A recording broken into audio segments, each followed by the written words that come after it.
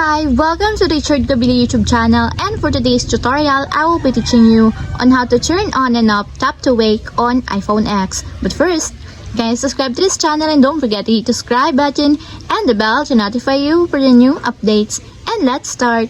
Using your iPhone X, from your home screen first, go to Settings. Then in the settings, scroll down and find the accessibility and then top.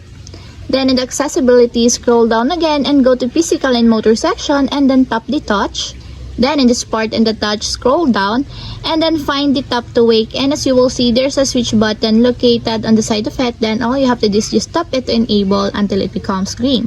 When the tap to wake is enabled, wake the screen when you tap the display.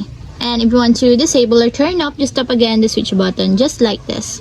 And that's what we have successfully turned on and off tap to wake on iPhone X. If you have a question, can you comment down below, and don't forget to hit the subscribe button and the bell to notify you for the new updates. And thank you for watching!